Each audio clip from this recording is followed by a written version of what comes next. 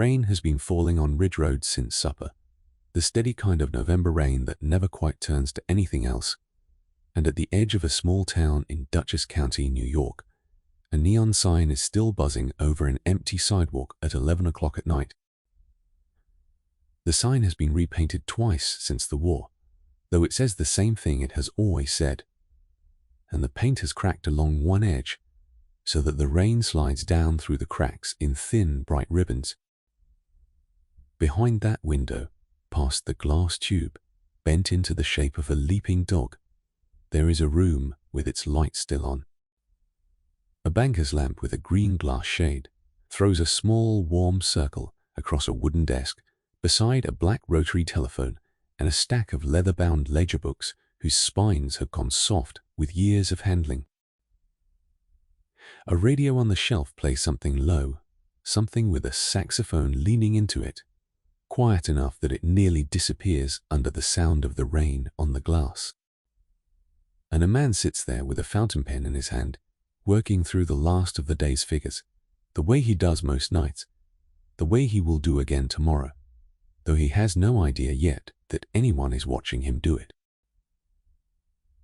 Come in for a while, wherever you happen to be, get comfortable. Pull the blanket up, turn the light down low if there is a light on at all, and let your evening be a quiet one, because that is exactly the kind of evening we are about to spend together. Tonight we are stepping into the back office of a small family business on the outskirts of a town most people have never heard of. In a year, when a first-class postage stamp had just gone up to 4 cents and a good radio still needed a moment to warm its tubes before any sound came through, we are going to sit with a man named Warren Kettering while he counts out the day's cash by hand. Later, we will watch his wife bring him a cup of coffee stretched thin with chicory, because that is how her mother taught her to make it last through a long month. And later still, we will climb a narrow staircase with the two of them into a house above the shop where 2 children are already asleep under wool blankets heavy enough to hold them in place. Nothing dramatic happens tonight. That is rather the point of it. There is a particular kind of stillness that settles into ordinary rooms at this hour. Once the day's obligations have mostly been met, whatever is left can simply wait for morning. And if you let yourself sink down into that stillness with us, I think you will find it as good a place to fall asleep as any I know. So get settled, my friend, and let us go inside. Here is what we are actually exploring tonight, said plainly, before we step any further into the scene itself. For a few hours on a rainy night in 1958, we are going to follow one ordinary family business through the last of its waking hours. From the moment the front door gets locked to the moment the final bedroom lamp goes dark. Kettering's Canine Academy is not a famous place, and it never will be. It teaches dogs to sit and heel and come when they are called.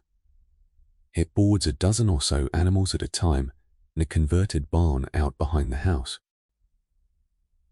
And for going on 9 years now, it has kept one family fed, housed, and reasonably content through winters that were hard and a few that were harder.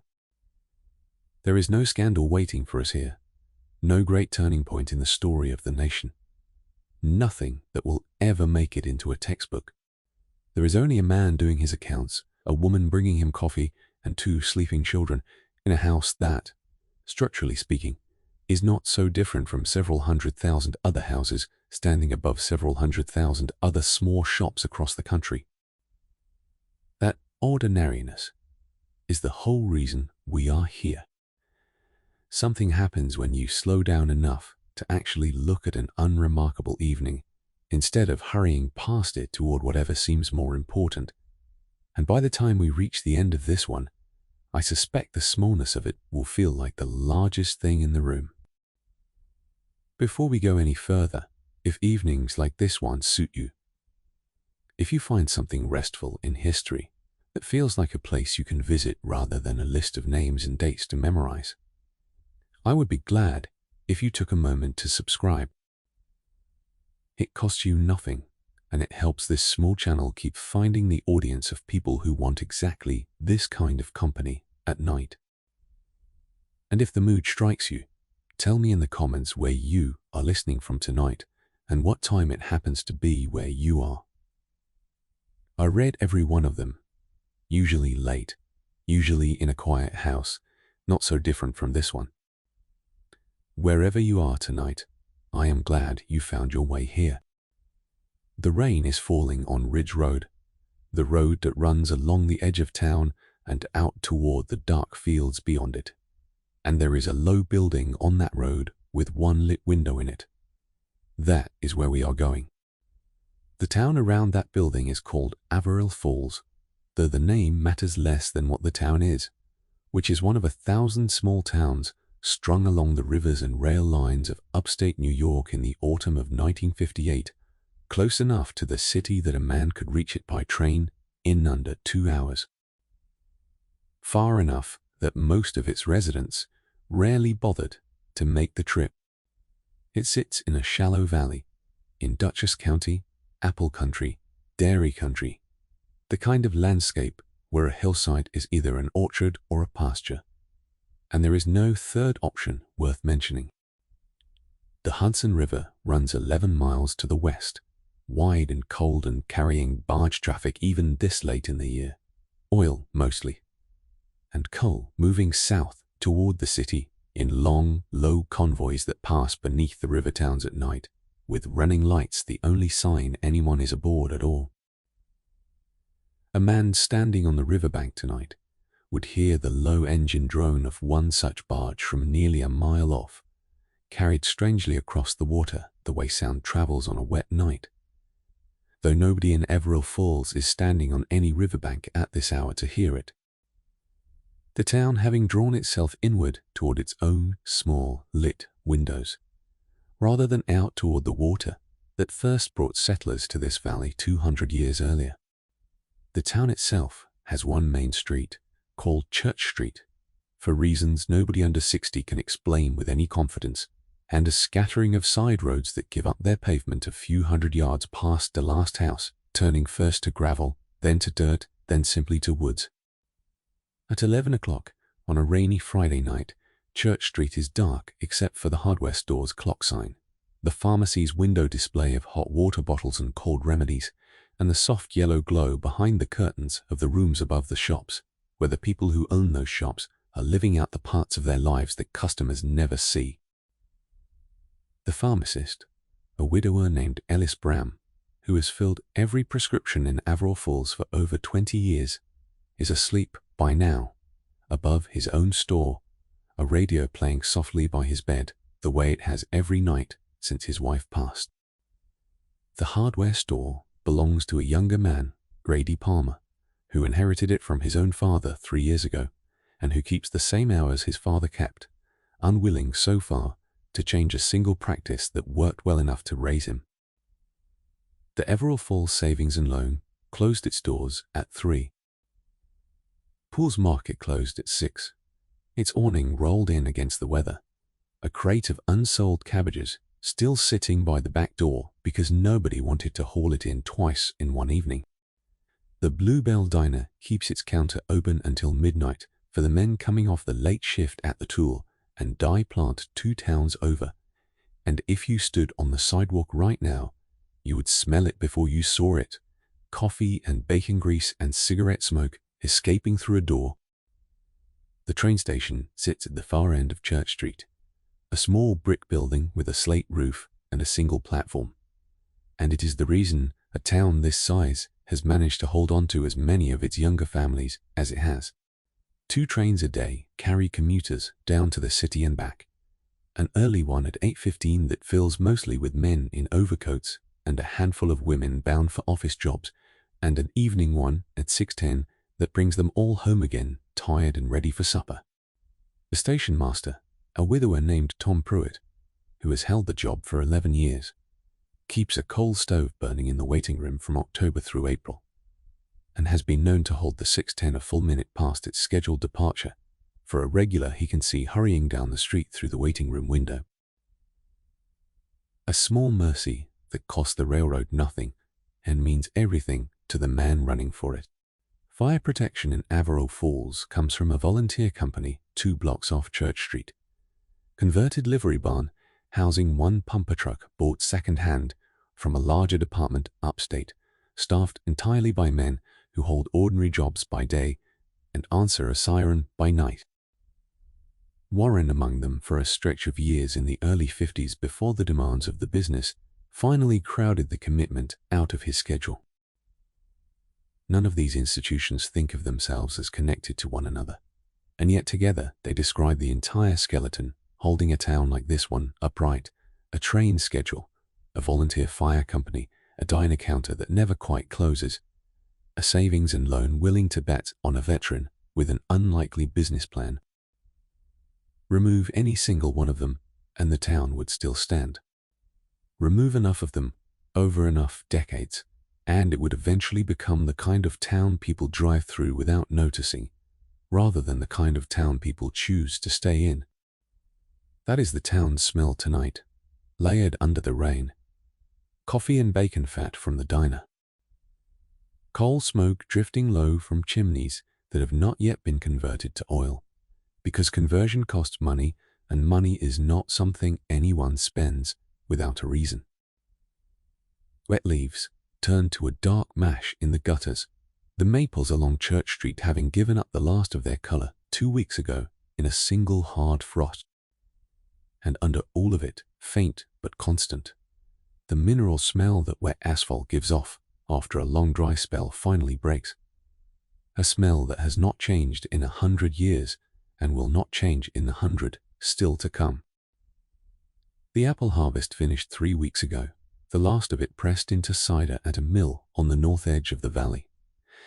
And the orchards themselves now stand bare and dripping under the same rain that once fed them. Rows of dark, wet branches marching up the hillsides in the dark like something patient waiting out a long winter.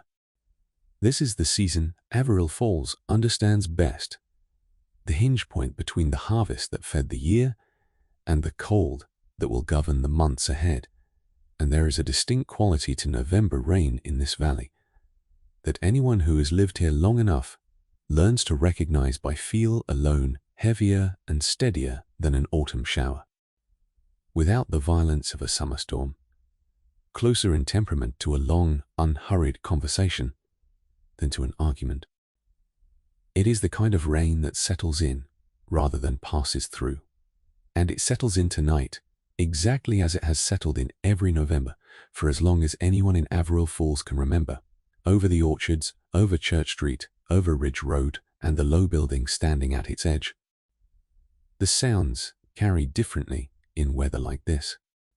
Rain flattens the air, muffles it so that a car passing 2 streets over sounds closer than it is, and the church bell at St. Andrew's, which strikes the hour out of old habit more than necessity, seems to come from directly overhead rather than from 4 blocks away.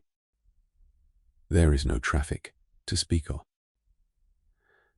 There is the occasional slosh of tires through standing water, headlights sweeping briefly across a storefront before vanishing. And there is, somewhere behind the Kettering building, the low murmur of a dozen boarded dogs settling for the night in a converted barn.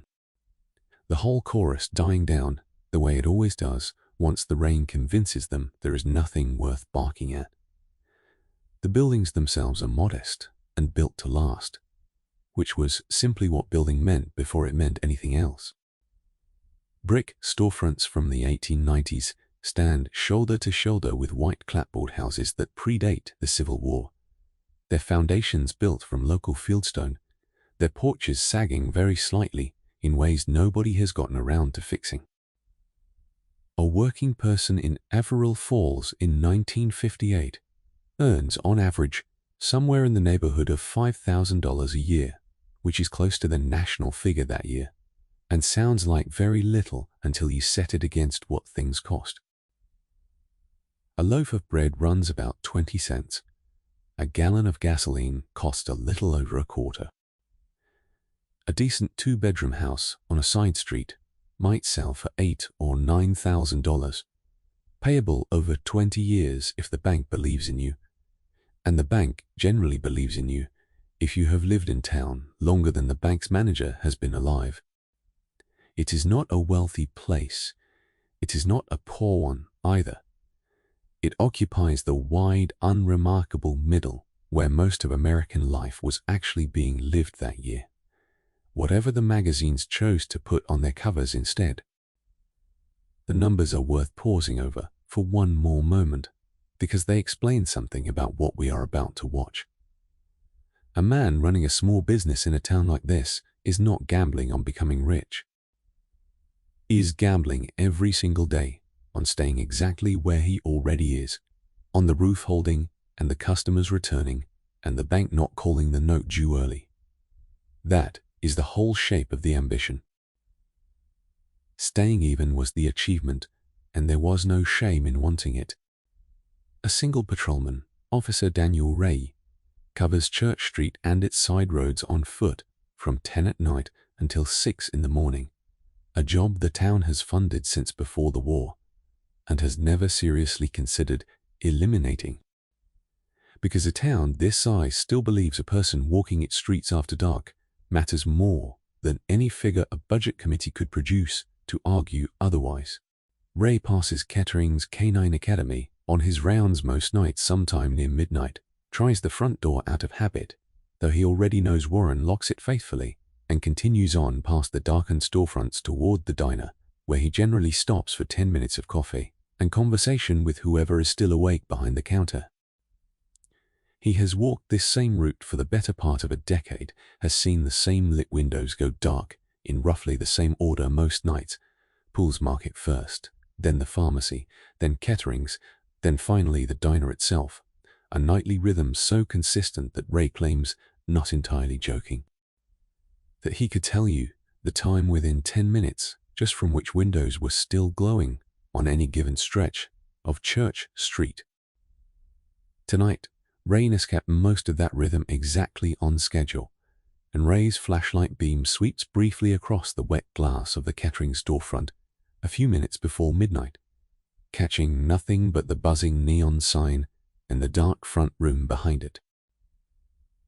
Warren already gone from view into the back office where the actual work of the evening continues without an audience.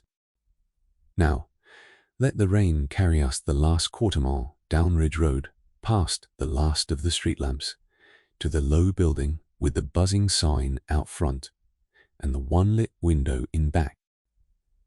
Hand-painted board beside the door reads Kettering's Canine Academy, dogs trained, boarded, and groomed. The letters going soft at the edges where the paint has weathered 2 winters without a fresh coat. The building was a farmhouse once, before the road was paved, before the town grew out to meet it. Now the ground floor has been converted into an office, a grooming room, and a long training hall that used to be somebody's parlor. And the second floor, reached by a narrow staircase at the back, is simply a house, with a kitchen and a living room and 3 bedrooms and a bathroom with a clawfoot tub that has been there since before anyone currently living remembers it being installed. The grooming room sits just off the front office, tiled in white for easy cleaning, a metal table bolted to the floor at the center of it, clippers and brushes and a row of shampoo bottles arranged along a shelf in an order that makes sense to nobody but Warren himself. It smells, even hours after the day's last appointment, of wet fur and a mild carbolic soap that never quite leaves the air, no matter how many windows get cracked to clear it, and a drain set into the tile floor still holds a faint puddle from the poodle groomed there that afternoon. The same poodle whose owner tips generously and complains constantly in roughly equal measure. Out behind a building sits the converted barn, its stalls turned into kennel runs. Behind that, a fenced yard gone to mud this time of year, where dogs learn to sit and heel and come when they are called, rain or no rain, most days of the week. The lit window belongs to the office. That is where we are going now. The man behind the desk is Warren Kettering, 44 years old, born 2 counties north and raised on a dairy farm he had no interest in inheriting, which caused a certain amount of friction with his father for a number of years before both men made their peace with it. He's not a large man, but he carries himself like one, the way people sometimes do when their work has given them a kind of quiet physical confidence that has nothing to do with size. His hands are what you would notice first if you were sitting across from him, ropes scarred in places, a permanent groove worn into the second finger of his right hand from 30 years of leather leads. He wears a cardigan over his shirt in the office at night, sleeves pushed up and reading glasses that he refuses to admit he needs, holding the ledger a little farther from his face than strictly seems necessary. He came to dog training the way a lot of men of his generation came to their trades, which is to say, sideways, through the war, and afterward through plain necessity. He handled messenger dogs for 2 years in a unit most people have never heard of, came home in the autumn of 1945 with a working knowledge of animal behavior that nobody in Averell Falls much wanted at the time, and spent the better part of a decade being told, gently and not so gently, that a man could not make a living teaching dogs manners. He proved that wrong slowly, one satisfied customer at a time, one recommendation passed between neighbors at a time, until Kettering's Canine Academy became, if not famous, at least reliably known within a 30-mile radius as the place you took a dog that jumped on visitors or would not come when it was called. The name itself was Dot's idea, chosen over Warren's original preference for something plainer, on the theory that a word like academy suggested a seriousness of purpose that a small converted farmhouse might otherwise struggle to convey to strangers driving past for the first time. The sign out front, the leaping dog traced in glass tube and neon gas, was commissioned the same year from a sign painter 2 counties over and has needed exactly 1 repair in 9 years. A testament either to the quality of the original work or to Warren's habit of climbing up personally to check its wiring every spring before the humid weather could do it any damage. The unit itself trained dogs to carry messages between forward positions when radio contact could not be trusted, and Warren spent much of the war learning a language that had nothing to do with words, watching an animal's ears and shoulders and tail for the small signals that told the handler what the dog already understood about the ground ahead before any man had crossed it. He does not talk about the war often. When he does, he talks about the dogs rather than the fighting. A habit Dot noticed the first year they were courting and has never once pressed him to break. What he brought home, more than any specific memory, was a conviction that most of what people called a dog's misbehavior was simply a failure of communication running in the other direction. The animal doing exactly what its training and its instincts told it to do. That conviction became, in time, the entire foundation of the business, now humming quietly around him in the rain. His household is small, and by the standards of the day, unremarkable. Upstairs sleeps his wife Dorothy, whom everyone, including her own mother, calls Dot, 41 years old, who keeps the household books separate from the business books, though the two have a way of bleeding into each other by the end of any given month. Upstairs also sleep their 2 children. Peter is 11, serious-minded, recently and mysteriously devoted to the subject of outer space since the Russians put that first satellite up the year before last, a fact that worries Warren less. Susan is 7, quieter than her brother, the kind of child who prefers the company of the dogs in the kennel to most of the children in her own class at school, which her mother finds slightly troubling and her father finds entirely reasonable. There is no live-in help in the Kettering house, though a neighborhood boy named Charlie Voss, 16, comes by most afternoons after school to muck out runs and walk the borders, earning 50 cents an hour, and more valuably to him, unrestricted access to a litter of beagle puppies currently residing in the 3rd stall from the door. Charlie's own father works the loading dock at the tool and die plant. A decent job that keeps a family of 6 fed, but leaves little room for anything beyond necessity. And the 50 cents Charlie earns most afternoons goes mostly toward a bicycle he is saving for. Denk, an ambition he has mentioned to Warren exactly once, and that Warren has quietly kept in mind ever since, finding small extra tasks to hand the boy on weeks when the regular chores run short. Warren sees in Charlie something of his own younger self, a boy who would rather be around animals than people, and he has begun, without ever discussing it explicitly with Dot, teaching the boy the same slow, patient method the messenger dog unit once taught him. 1. The theory that skills like this one are worth passing along to whoever seems most likely to actually use them. The kitchen upstairs holds its own small evidence of the household's habits. A week's groceries from Poole's Market run close to $20 for a family of 4. Bread, milk, and a chicken for Sunday. Coffee and chicory, and the cans of vegetables. Dot puts up herself each September from a garden plot behind the kennel barn that produces more tomatoes most years than 4 people can reasonably eat.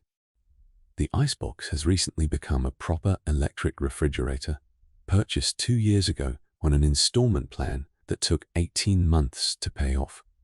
Small domestic luxury that still occasionally strikes Dot as faintly miraculous when she reaches for the milk and finds it cold without a single block of ice having been hauled through the back door to make it.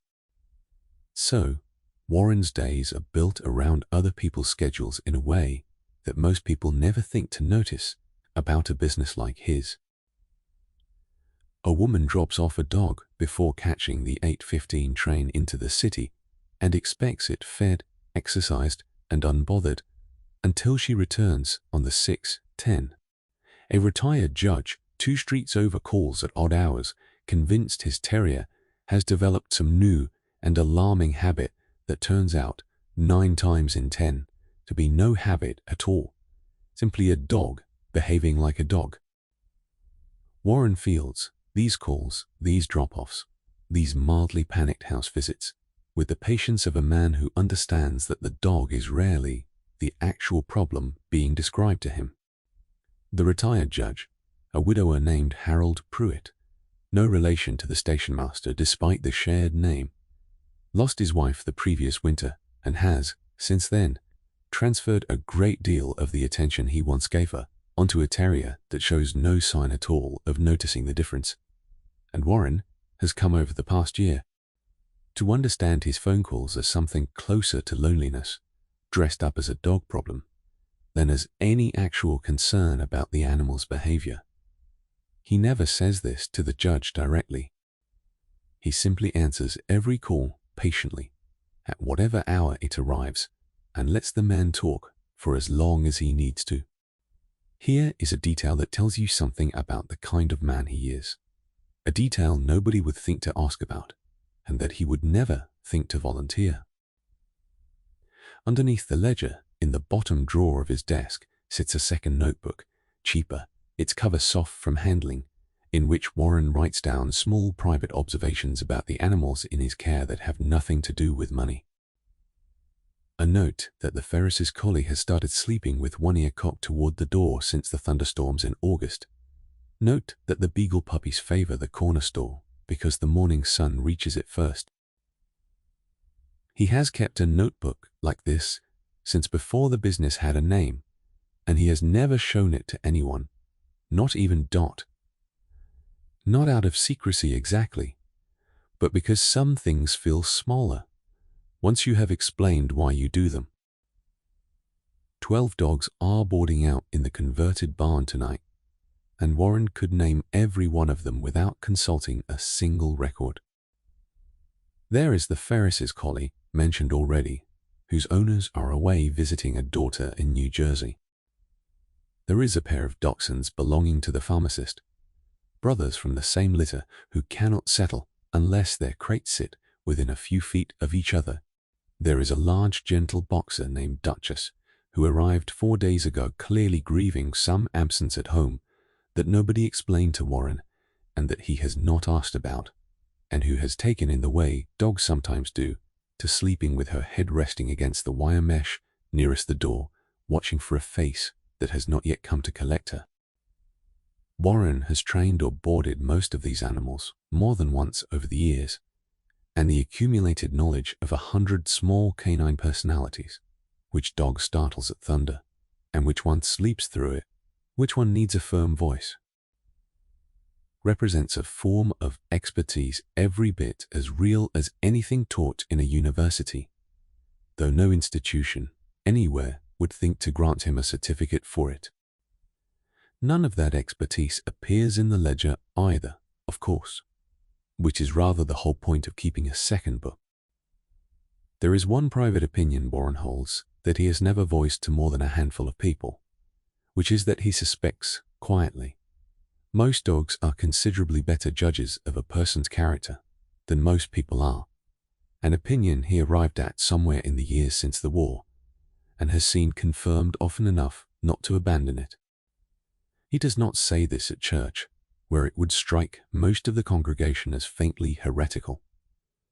And he does not say it to customers who generally prefer to believe the opposite is true of their own judgment rather than their dog's. He has said it exactly once to Peter, who took the idea seriously, in the plain, literal way. Children take ideas seriously, and has spent a portion of most days since watching Duke's reaction to visitors with a scientific attention his father finds quietly delightful. Tomorrow is Saturday, the busiest day of his week, and the leather appointment book open on the corner of his desk already carries the shape of it in pencil. A 9 o'clock beginner class of 4 dogs and their considerably less trainable owners. An 11 o'clock private lesson for a nervous shepherd mix that bit the mailman twice last spring. 3 boarding pickups scattered through the early afternoon.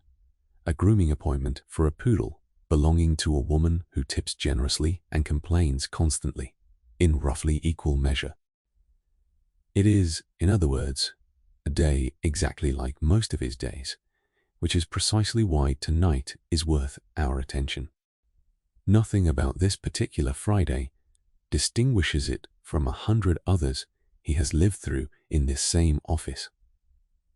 And that ordinariness is the truest thing we can tell you about who Warren Kettering. It is 10:15 now, and the last customer of the day has just left. She was a schoolteacher from 2 towns over, picking up a terrier that had spent 4 days boarding while she visited a sister in Albany, and she stood in the doorway a full 5 minutes longer than necessary, the way people do when they are grateful and do not quite know how to say so without sounding foolish. She asked Warren, as she always does, whether the terrier had behaved himself, and Warren told her the truth, which was that the dog had barked at the mail carrier twice and settled down beautifully the rest of the time. A report she seemed relieved to hear precisely because it was not simply flattering. She asked next, the way she has asked at the end of nearly every visit for the past 3 years, whether Warren thought the dog was happy, a question that would strike most men as sentimental past the point of usefulness, and that Warren has learned to answer honestly rather than politely, telling her yes, this dog seemed content in his own skin. Watching for the small signs that told him so as he spoke. Warren walked her out to her car under the porch overhang, held the door while the dog scrambled into the back seat, and told her, as he tells nearly everyone, that the dog had been no trouble at all, which was mostly true and kind either way. Then he came back inside, turned the deadbolt on the glass front door, flipped the cardboard sign hanging in the window so that CLOSED faced the street, and switched off the 2 overhead lights in the front room, leaving only the desk lamp burning in the office behind it. This is when the evening actually begins, in the sense that matters. The public part of the day, the part where Warren Kettering is a friendly professional dealing with other people's dogs and other people's schedules, has ended. What is left is the private part, the part almost nobody sees, and it smells different from the rest of the day. Pipe smoke, first of all, because Warren allows himself exactly one bowl of tobacco each night once the front door is locked. A small ritual he would be embarrassed to call a ritual if anyone asked him about it directly. The tobacco is a mild Cavendish blend that comes in a red tin, and the smell of it settles into the wood of the desk and the leather of the ledger covers so thoroughly that Dot claims she can smell the office on him from across the kitchen, even after he has washed his hands twice. Second, there is coffee. The percolator sits on a small electric burner in the corner, a squat aluminum pot that Warren fills each night with 2 scoops of coffee, 1 scoop of chicory, and enough water for exactly 2 cups, because Dot will be down in a while, and neither of them can sleep on an empty stomach after a day like this one. The chicory is Dot's habit more than his, something her mother did through the lean years and never stopped doing once the lean years ended, on the theory that a cup stretched a little further was a cup you did not have to think twice about pouring. The percolator gurgles softly against the burner, an erratic little rhythm that competes gently with the rain and mostly loses. Third, and underneath everything else, there is the rain itself, which has not let up since supper and shows no particular sign of doing so before morning.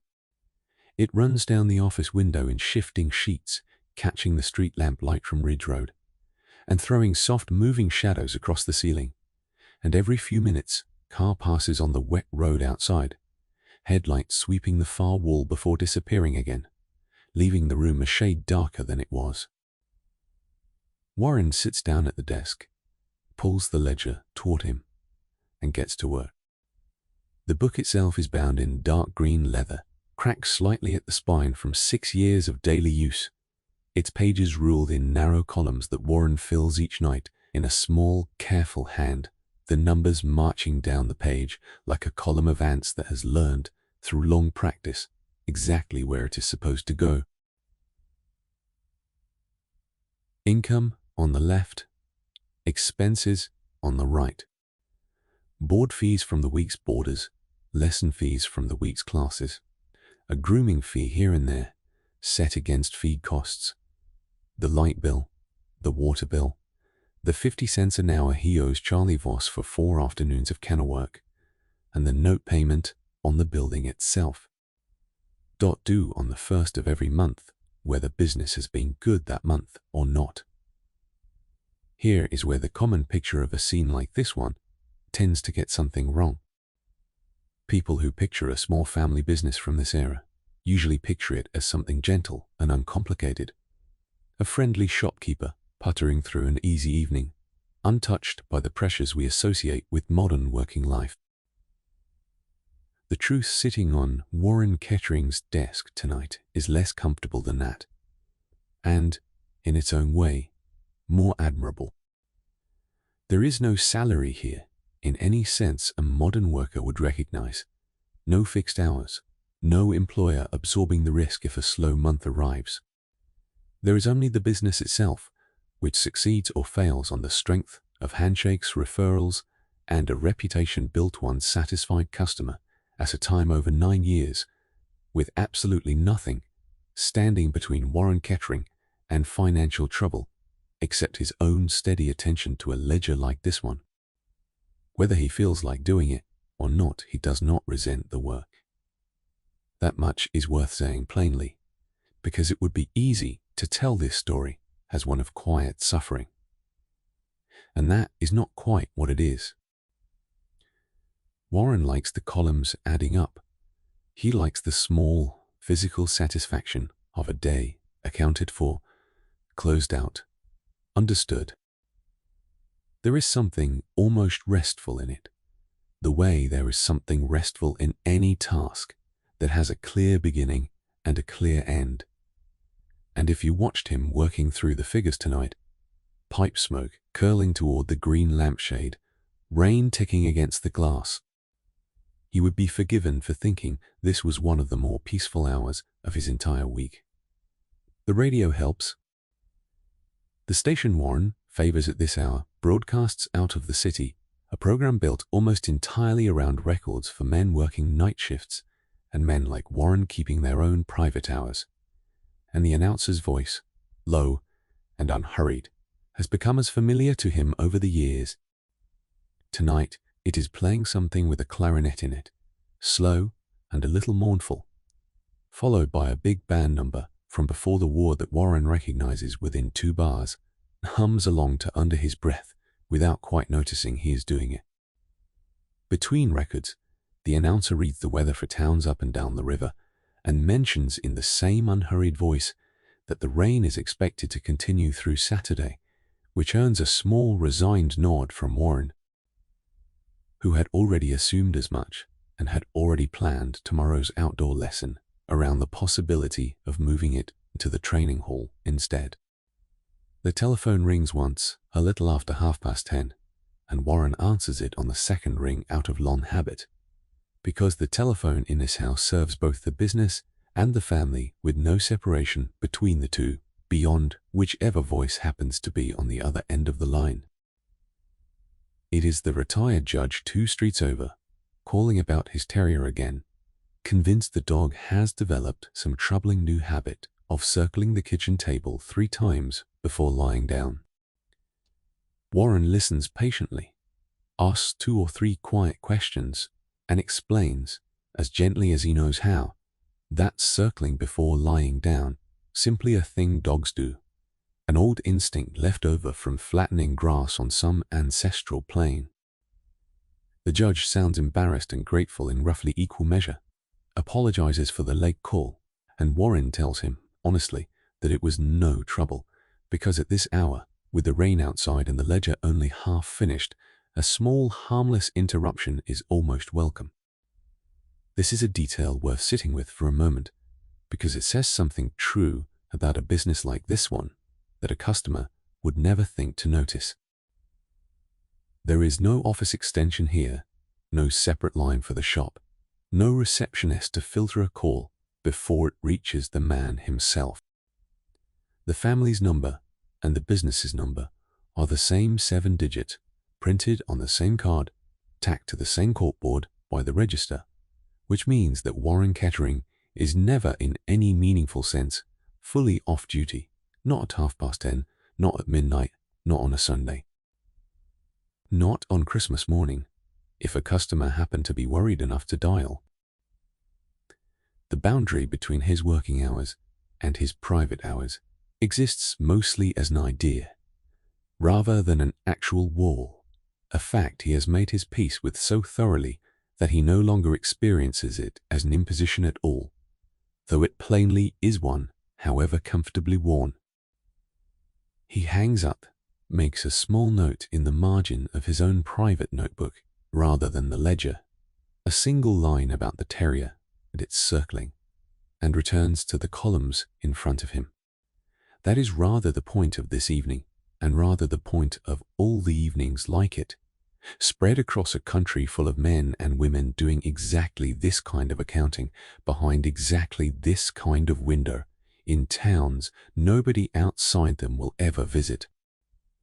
A private dog obedience lesson at Kettering's Canine Academy in the autumn of 1958 costs $4 an hour.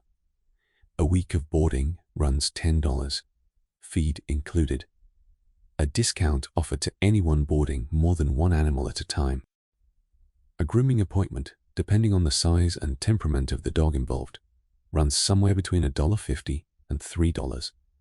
The higher figure reserved for anything large enough to require 2 people and a great deal of patience. These are the numbers written into the left-hand column of Warren's ledger every night, and taken individually, they look like nothing at all. Pocket change against the scale of a household budget. Taken together across a full month, they add up to something in the neighborhood of $350 on a good month, and considerably less on a slow one. And against that figure sits everything the business owes before it owes Warren Kettering a single dollar of his own. The note on the building runs $62 a month, held by the Averill Falls Savings and Loan on a 15-year term that still has 9 years left to run. Feed for the boarders cost roughly $40 a month, more in winter when the dogs burn more to stay warm in the unheated barn. The electric bill runs $8 or $9 higher on nights like this one, with the heat lamp running in the whelping stall where a litter of beagles is currently keeping Charlie Voss unusually attentive to his afternoon chores. Insurance on the building and the liability that comes with keeping a dozen strange dogs on the property runs another $11 a month, a policy Warren carries reluctantly and would never consider dropping, because one bad bite from one frightened animal could undo 9 years of careful work in a single afternoon. The worst month in the business's history came in the winter of 1954, when an ice storm kept half the county indoors for nearly 2 weeks, and boarding requests dried up entirely, leaving Warren and Dot to cover the note on borrowed money from Dot's own modest savings. A loan she extended to the business as casually as she might have lent a neighbor a cup of sugar, though the sum involved was considerably larger, and the two of them repaid it with what Warren still considers unnecessary formality in installments over the following spring.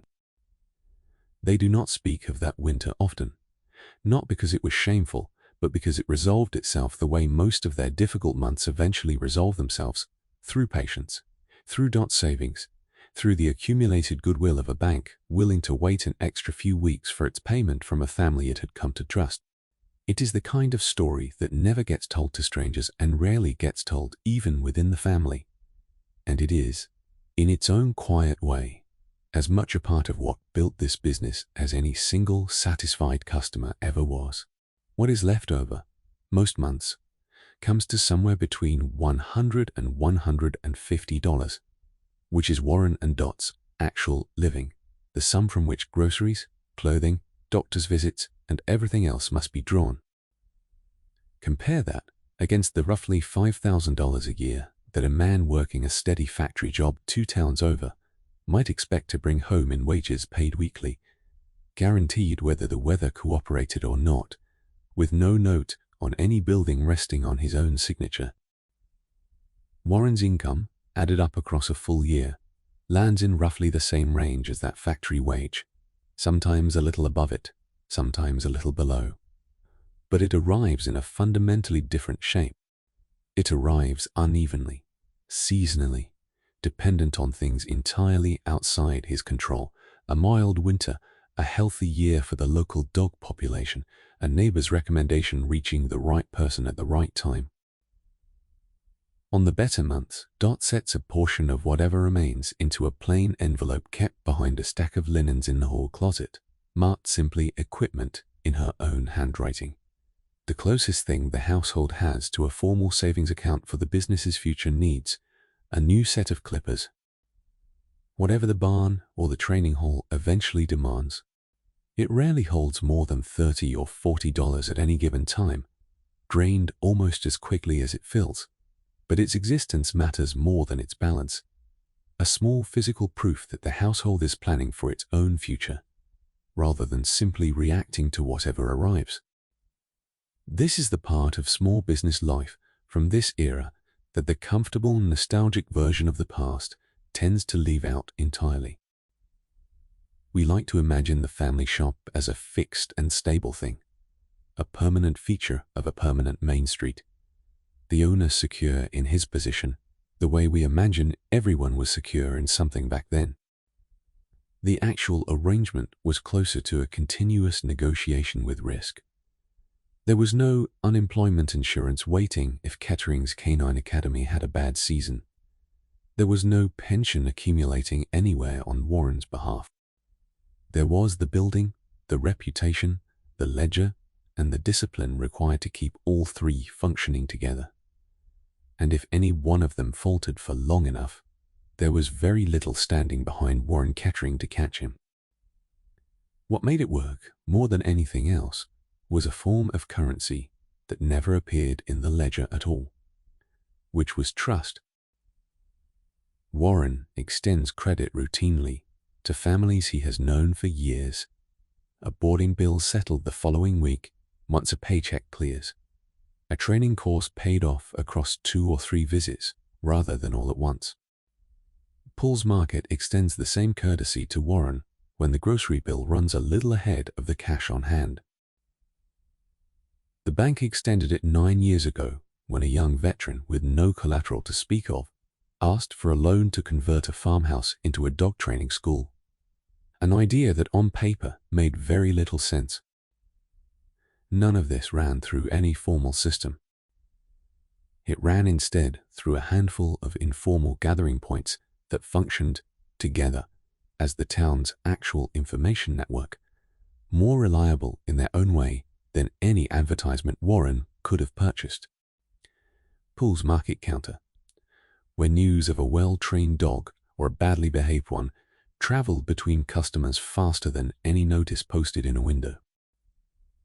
The coffee hour in the St. Andrew's basement after Sunday service, where Dot's quiet competence and Warren's steady reputation got discussed alongside every other piece of town business. The Grange Hall meetings, the school parent evenings, the barber shop 2 doors down from the pharmacy. Board moved through all of it constantly, unhurried, unrecorded, and entirely dependent on the simple fact that everyone involved had watched everyone else long enough to make a reasonably confident bet on their character. That is the actual economic engine underneath a story like this one, quieter and less visible than any number in the ledger, and considerably more fragile than it looks from the outside. It is worth placing Warren for a moment against the other men his own age in Averill Falls, because the comparison says something about where a small proprietor actually sits in the social order of a town like this one. Dr. Alexander, who delivered both Kettering children, earned something closer to $8,000 or $9,000 a year and carries a standing in the community that Warren, however well liked, will never quite match an authority granted by education and credential. The men driving out each morning to work highway construction earn less than Warren some months, and more in others, but their wage arrives guaranteed, hour for hour, with none of the risk Warren carries on his own signature. Warren occupies a middle position between these two poles, respected, known, trusted, but never granted the deference of a professional and never granted the security of a wage earner either. A category the era did not have a tidy name for, though it described an enormous number of households very much like his own. There is a ritual attached to this kind of self-employment that a wage earner never has to think about, which is the quarterly settling of accounts with the federal government itself. 4 times a year, Warren sits down with the ledger and a set of government forms and estimates as best he can what he owes against the year's income. Then mails a check to Washington on the strength of his own arithmetic, rather than having the sum quietly withheld from a paycheck before he ever sees it. It is a small task, technically, a single afternoon's work each quarter, but it carries its own quiet weight, since guessing wrong in either direction means either lending the government money interest-free. Warren has grown reasonably skilled at the estimate over the years, another quiet competency that lives nowhere except in his own head and his own ledger.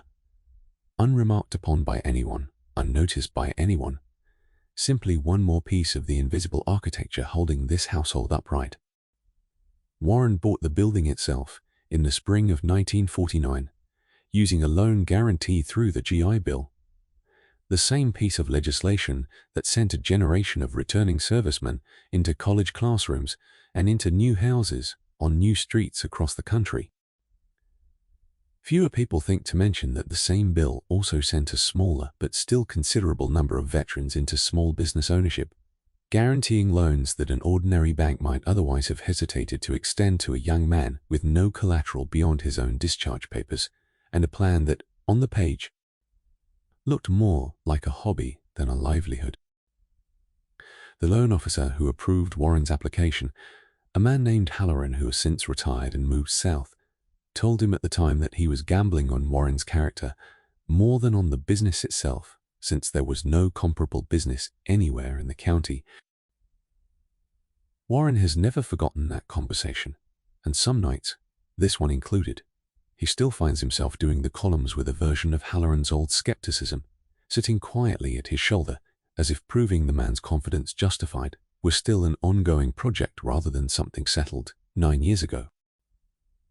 The younger loan officer who replaced Halloran 2 years back, a man named Ferris, who happens to be the same Ferris whose collie sleeps with one ear cocked toward the door, inherited the account along with a version of that same confidence, extended now on 9 years of proof rather than on Halloran's original gamble. Exactly how a reputation is meant to accumulate over time. He is, in this respect, one of several million Americans of his generation running some version of the same small enterprise.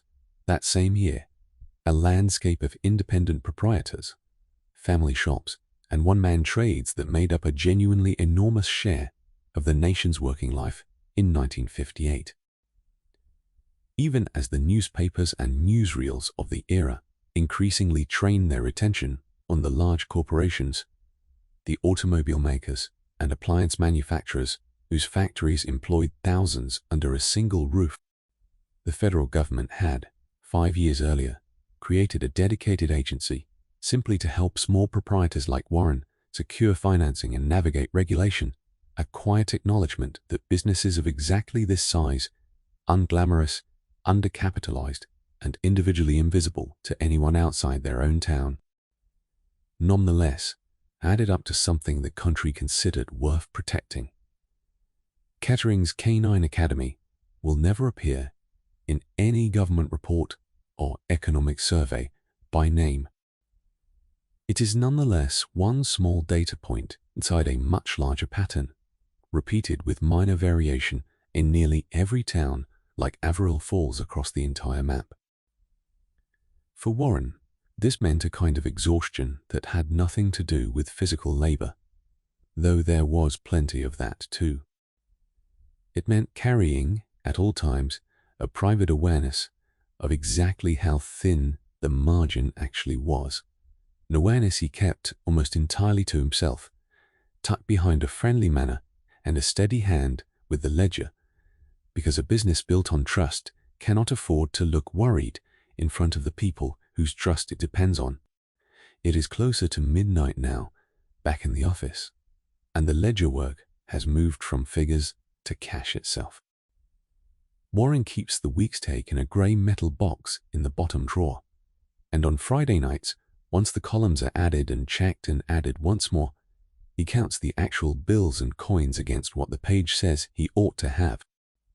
Ones and fives mostly, a scattering of tens, folded and refolded so many times over the course of a week that they have gone soft as cloth. He counts them the way his own father counted milk money decades earlier, licking a thumb, laying each bill face up in a small stack, murmuring the running total under his breath in a habit so old he no longer notices himself doing it. The coins take longer.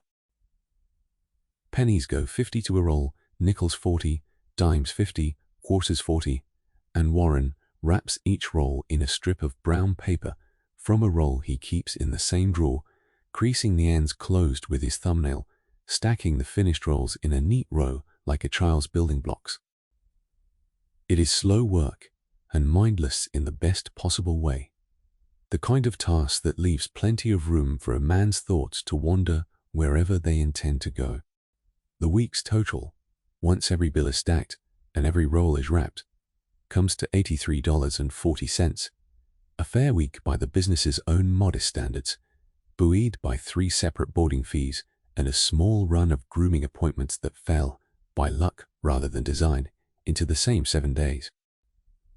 Warren checks that figure twice against the ledger before he is satisfied, the way he checks it every single Friday, not because he doubts his own arithmetic so much, as because the checking itself has become part of the ritual, as necessary to closing out the week properly as locking the front door or banking the stove in the kennel barn. Tonight, his thoughts wander toward the equipment first. The grooming table in the side room has developed a wobble in one leg that Warren has been meaning to fix for 3 weeks, and the electric clippers he uses on the larger dogs have started running hot in a way that worries him more than he has said out loud to anyone, because a new set would run close to $30. Money that does not currently exist as a separate line in any column. From there, his thoughts move, as they often do at this hour, to the roof over the kennel barn, which held through last winter, but which he suspects, without being able to prove it yet, will not hold through the one coming. And from the roof, his thoughts move inevitably to Peter and Susan, and to a version of arithmetic that has no place in any ledger, the slow calculation of what 2 children will eventually need that their father cannot yet promise he will have. He does not dwell on any of this in a way that would look, from the outside, like worry. His hands keep moving, the coin rolls keep stacking, the pipe smoke keeps curling toward the lampshade. But the worry is there, running underneath the counting, the way the rain runs underneath the quiet. And it would be dishonest to describe this hour as purely peaceful, without also describing the current of concern moving through it. That is, in fact, the truest description of what a night like this one actually feels like for a man in Warren's position. Contentment and worry sitting in the same chair at the same desk, neither one cancelling the other out, both of them simply true at once. The stairs at the back of the office creak in a specific pattern that Warren has learned to identify without looking up, and a moment later Dot appears in the doorway in her housecoat, holding 2 mugs of the same chicory coffee that has been brewing on the percolator for the last half hour. She does not ask whether he wants company. She has not asked.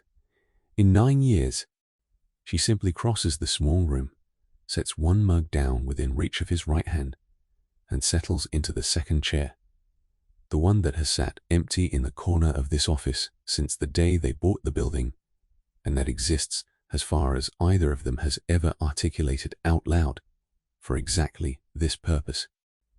Dot is 41, 5 years younger than Warren, with the kind of face that people describe as kind before they describe it as anything else, though anyone who actually knows her would tell you kindness is only the surface of a considerably tougher character underneath. She grew up 2 farms over from Warren's own family, one of 6 children in a household that weathered the worst of the Depression on faith and stubbornness in roughly equal measure, and she brings to the marriage a set of instincts about money that Warren has come over 16 years together to trust more than his own. She does not look at the ledger tonight. She has looked at it plenty of other nights, and she trusts Warren's addition. And what she is actually here for is something the ledger cannot provide.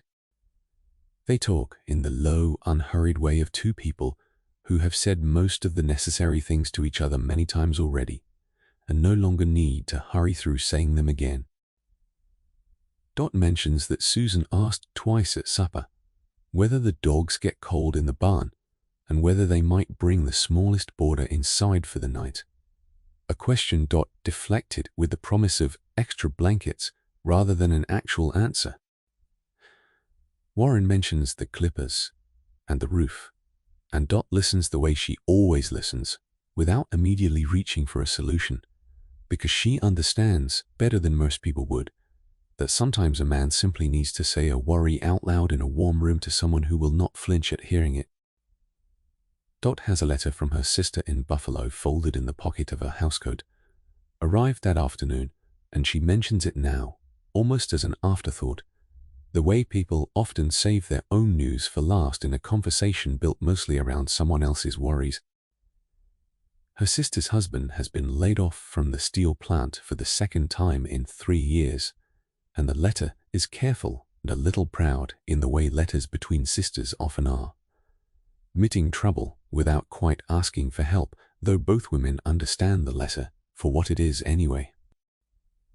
Dot will send what she can in a few weeks once the boarding fees from a large group of Thanksgiving travelers come in, a fact she states plainly, without drama the way she states most facts involving money.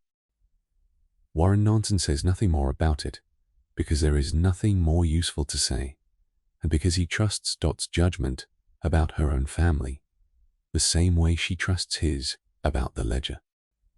It is a small, unremarkable exchange, finished in under a minute, and it tells you as much about this marriage as anything either of them will say tonight. That trouble arriving from outside the house gets absorbed into the household's own quiet accounting. She reaches over at one point and straightens the collar of Warren's cardigan, an entirely unnecessary correction that has nothing to do with the collar and everything to do with the simple pleasure of touching someone you have chosen to sit beside at midnight for 16 years running. Warren catches her hand before she can pull it back and holds it a moment against the desk, an old habit from courting days that neither of them has ever quite let go of, and for a moment neither one says anything at all, the rain filling in the silence the way it has been filling in every silence in this house all evening. They met at a church supper the autumn after Warren came home from the war, a fact that has calcified over 16 years into a small piece of family law that Peter and Susan can both recite on request, complete with the detail, embellished slightly with each telling. That Warren spilled a full cup of cider directly onto Dot's shoes within the first 5 minutes of their acquaintance. Dot's version of the story always includes the observation that she forgave him for the shoes considerably faster than she forgave him for taking another 18 months to work up the nerve to ask her to marry him, a joke worn smooth from repetition that still reliably makes Warren laugh, sitting here at his desk 16 years later. In a way, few other jokes manage to do anymore. It is a small, ordinary courtship story, the kind nearly every marriage in Averell Falls could produce some close variation of, and its very ordinariness is exactly why it has survived this long, retold at holiday tables and church suppers of its own. A piece of family currency that costs nothing and never once loses its value. There is a kind of strength in a scene like this one that rarely gets any attention at all, because it does not look like strength in the way we usually picture it. Nobody is being heroic here. Nobody is solving anything in this exact moment.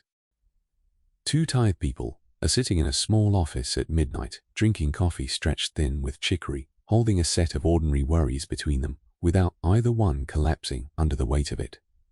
And that, quietly, is one of the more remarkable things a marriage can actually do. We tend to save our admiration for dramatic acts, for the visible ones, and we tend to overlook the much larger portion of any life that is made up of exactly this. Two chairs, one lamp, a shared silence that is doing more work than either of them would ever think to claim credit for. Dot finishes her coffee first and stands resting a hand briefly on Warren's shoulder on her way past. A gesture so small and so habitual that neither of them would think to call it a gesture at all.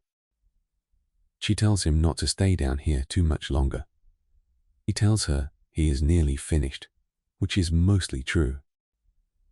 And for a few minutes more, alone again, Warren finishes stacking the last of the coin rolls, closes the ledger, and sits for a moment in the quiet that follows a long day's work being fully accounted for, listening to the rain and to the house settling above him, and to nothing else at all. A family business in 1958 employs, in the eyes of the state and the tax collector, exactly one person. It employs, in actual practice, an entire household, and the gap between those two facts is where a woman like Dot Kettering spends most of her working life. Nowhere in Warren's ledger does Dot's name appear as an employee, because no such column exists, and no such column would have occurred to either of them to create. And yet, the business could not run for a single week without her. She answers the telephone most mornings while Warren is out in the training yard, taking down boarding requests in a small notebook she keeps by the kitchen wall phone, translating a customer's vague description of a problem dog, into the specific information Warren will need before he calls back. She does the marketing arithmetic in her head without ever calling it arithmetic, noticing which weeks bring more grooming requests, which holidays bring a flood of boarding calls from families headed out of town. Information she passes along to Warren over supper in the tone of a woman simply making conversation rather than a woman running an unofficial half of a business. She keeps the household budget separate from the shop's ledger, in name only. In practice, the two accounts are constantly borrowing against each other. A good week at the shop covering a bad week at the grocer. A tight month at the shop absorbed quietly by economies in the kitchen that Warren rarely notices and never has to manage himself. A full accounting of Dot's own day, had anyone thought to keep one, would run from 6 in the morning when she rises to start the coffee and get the children fed and dressed for school, through breakfast, through the telephone and the household chores, and whatever correspondence the business requires, through a full day of laundry on Mondays and baking on Thursdays and the garden in season, through supper and the children's homework and the evening hour on the couch, and finally through this last hour in the office chair that has no name on it, coffee in hand before the whole cycle resumes again at 6 the following morning. No part of that day appears anywhere in Warren's ledger, and no part of it would be counted by the census taker or by Warren's own bank as economic activity of any kind. It is nonetheless the load-bearing wall the entire household rests against, invisible in exactly the way load-bearing walls tend to be, noticed only in the rare moment something threatened to make them visible by giving way. This was the ordinary arrangement for a working marriage of this era, and it is worth pausing over precisely because it so rarely gets counted as work at all. The census taker who came through Averill Falls the previous spring recorded Warren as the proprietor of Kettering's Canine Academy and Dot as a housewife, two separate categories, as though the second contained nothing that touched the first. The truth sitting inside their own kitchen told a different story, one in which a marriage functioned as a kind of unincorporated partnership, its labor divided by custom rather than by any contract, its second partner receiving no wage, no title, and no line in any ledger, and receiving instead something considerably harder to measure. By Dot's own account, considerably more valuable to her, which was a genuine say in how the whole enterprise was run, exercised quietly over coffee at midnight, in a chair that had no name on it but was unmistakably hers. Down the road, in one of the newer houses built for families of the tool and die plant, a woman named Rita Bianchi is living a version of the same arrangement in a somewhat different key. Her husband, Sal, punches a clock at the plant and comes home at a fixed hour with a fixed paycheck. A security Dot sometimes envies openly, and just as often finds herself relieved not to have, since Rita's days, by her own account, feel governed by a schedule she had no hand in setting, hours decided entirely elsewhere by men she has never met. Dot's days are harder to predict and carry no guarantee attached to them, but every hour of them, difficult or easy, belongs to a household she and Warren built and continue to run by their own joint decisions. And she would not trade that ownership, uncertain as it is, for Sal Bianchi's steadier and more distant paycheck. The two women have discussed this more than once over coffee of their own, at the church basement or across a fence, and have arrived each time at the same friendly disagreement, each convinced the other has the harder bargain, neither one especially eager to switch places in practice. Health is the other place where the comfortable version of this era tends to smooth over something real. Self-employed families like the Ketterings carried hospital insurance less often than salaried workers did, because the group policies offered through large employers were simply not available to a man who was, in effect, his own employer, and a private policy purchased individually cost more for less coverage. Warren carries a modest Blue Cross policy purchased through the local Grange, expensive enough that he and Dot discussed it seriously before signing.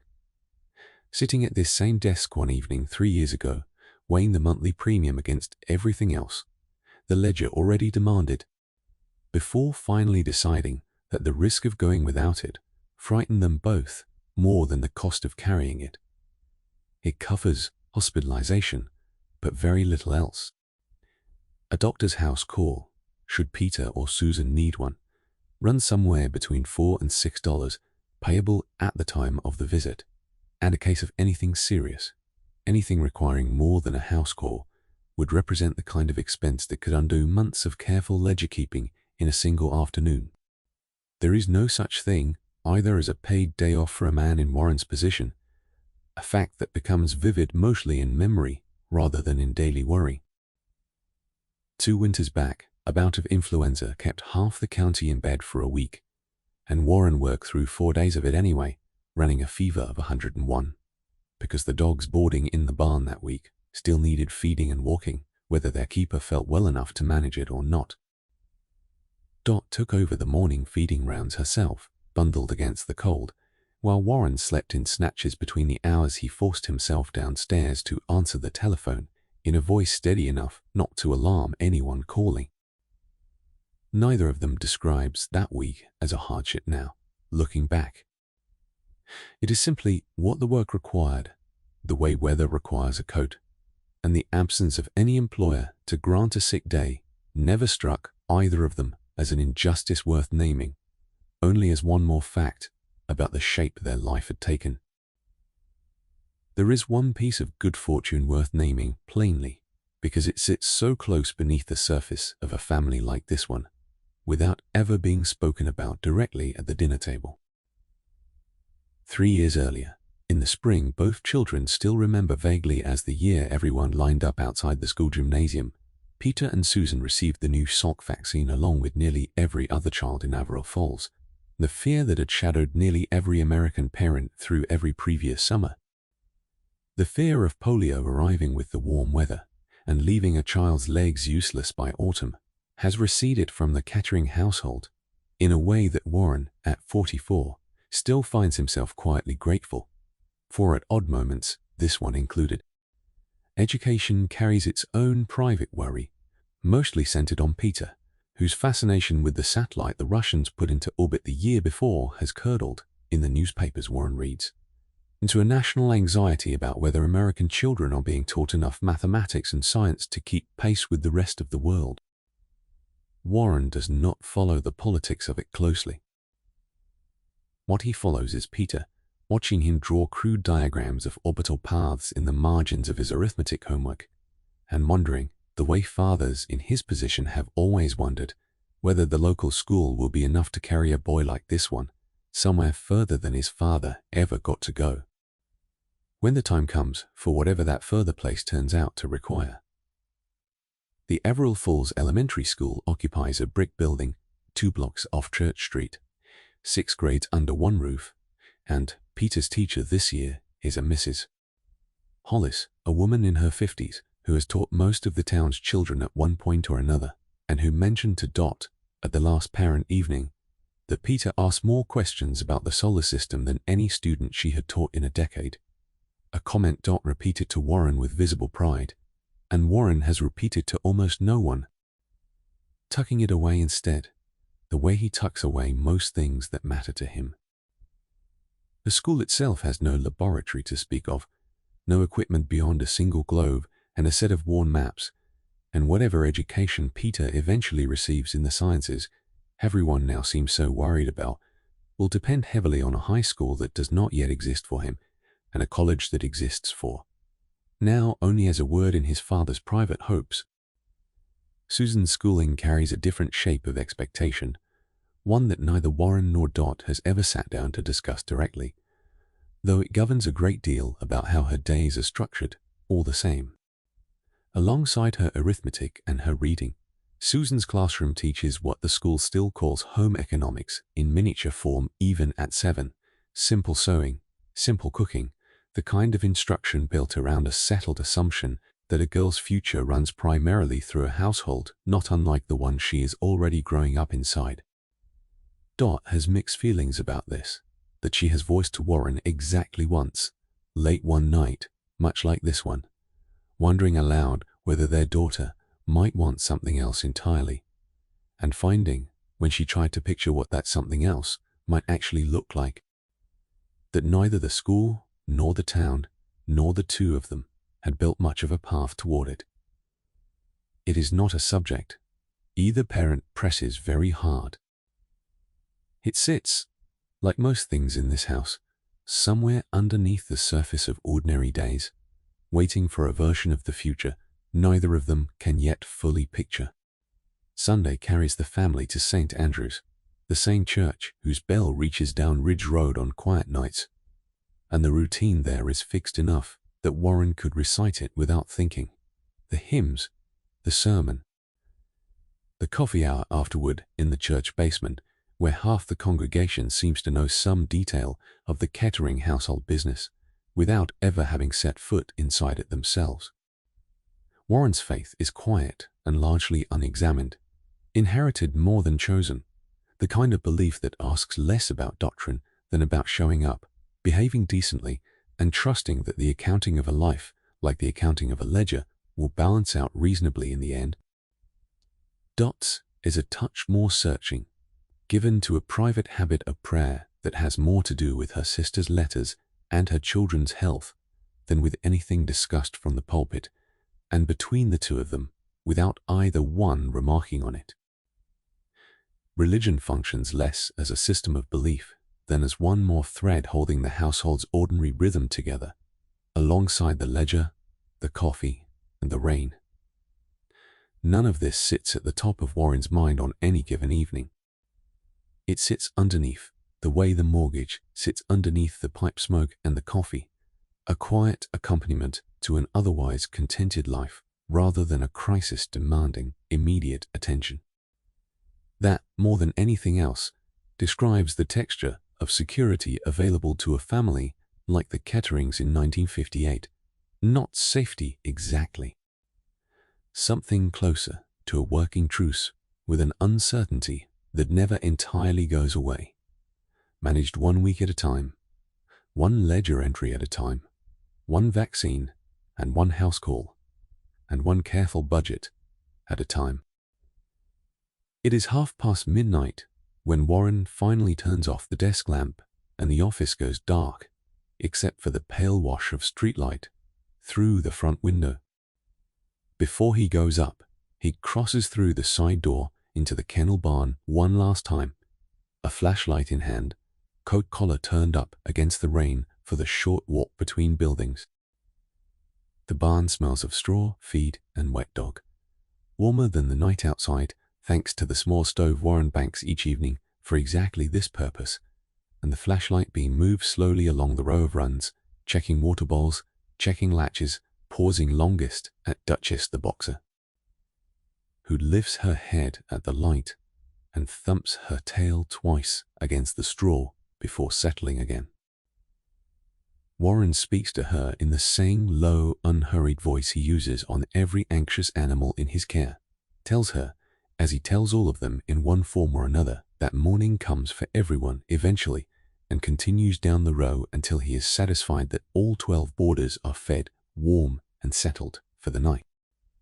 It is the last item on no written schedule anywhere, appearing in no ledger. But it is as fixed a part of Warren's evening as locking the front door, and he has never once in 9 years gone up to bed without doing it. He checks the deadbolt on the glass door a second time, an old habit from the early years when the lock itself was new and he did not yet trust it, and he climbs the narrow staircase at the back of the building, slowly, the way a man climbs stairs at the end of a long day. The stairs open directly into the kitchen, and from there into the living room where Dot has left one lamp burning low beside the good chair and where the television sits dark now, except for a faint grey hum of static across the screen left on too long after the late movie ended and nobody got up to switch it off. The living room at this hour is its own small world, entirely separate from the office below it. A chenille couch, cream-colored, worn soft in the two spots where Warren and Dot most often sit, faces the television across a braided rag rug that Dot's mother made, and that has survived 2 moves and 1 flood in the cellar. A console radio, older than the television and rarely used now except on Sunday afternoons, stands in the corner beside a shelf of Reader's Digest condensed books and a single shelf of Peter's, crowded with anything involving rockets, submarines, or the ocean floor. And on the rug itself, stretched out in the loose boneless sprawl of a dog who has decided the evening's excitement is entirely over, lies Duke, 9 years old, grey now around the muzzle. In a way he was not 5 years ago. Long since retired from anything more strenuous than supervising the household from as close to the radiator as the rug allows. Earlier in the evening, before the children went up, and before Warren went down to the office, the whole family sat together on that same chenille couch for the better part of an hour, watching a variety program out of the city. Singers, the comedian, the marching band segment that Susan liked well enough to stand up and imitate in front of the screen until Dot pulled her gently back down onto the cushions. Peter fell half asleep against his mother's shoulder before the program even finished, worn out from an afternoon spent building his rocket model. And Warren remembers looking around at all 3 of them in the flickering grey light and thinking, for no reason he could name, that this was a good hour, ordinary and unremarkable, and entirely worth having.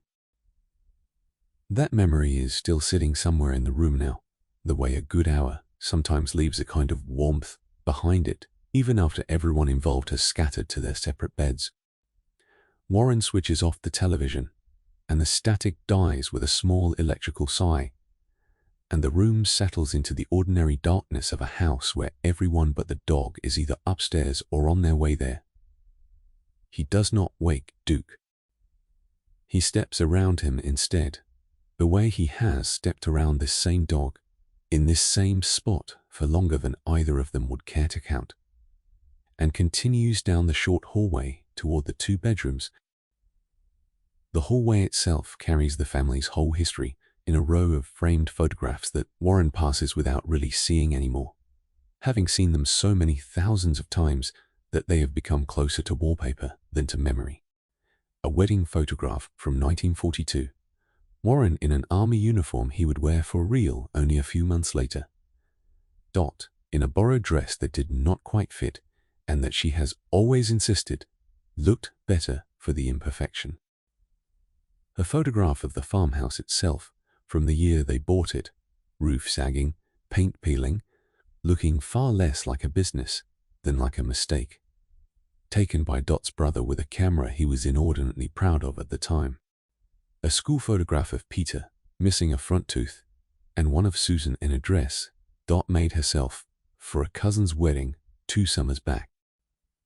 None of these photographs would mean anything to a stranger walking this hallway, and that is rather the nature of a hallway like this one, a private museum curated for an audience of exactly 4 people, 3 of whom are currently asleep.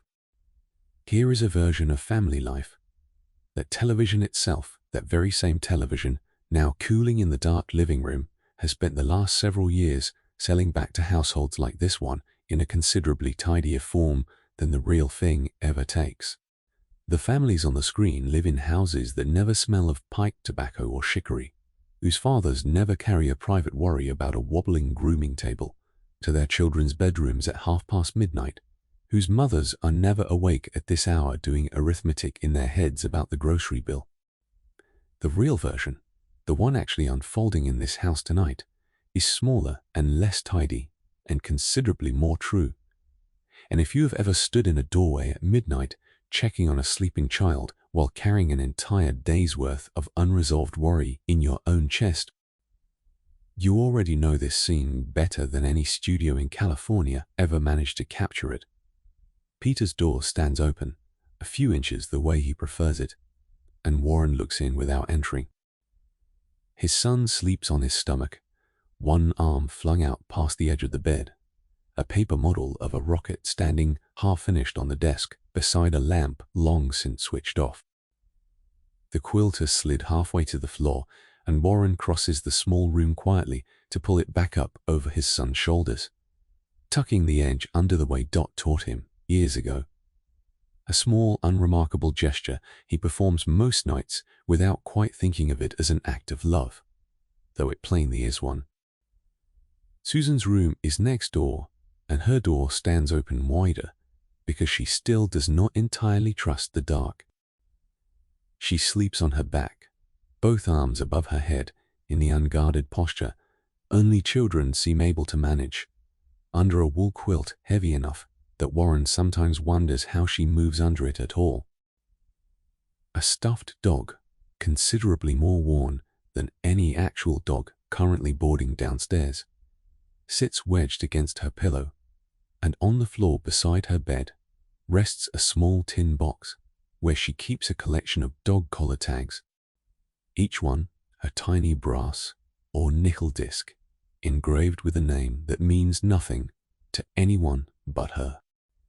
The newest tag in the box belonged to a spaniel named Chief who died of old age that summer, and Susan asked her father, with the plain directness only a 7-year-old can manage, whether Chief's owners would be sad forever, a question Warren answered as honestly as he knew how, telling her that the sadness would change shape over time without ever entirely disappearing, an answer that seemed to satisfy her completely, and that Warren has thought about more than once since in rooms much like this one.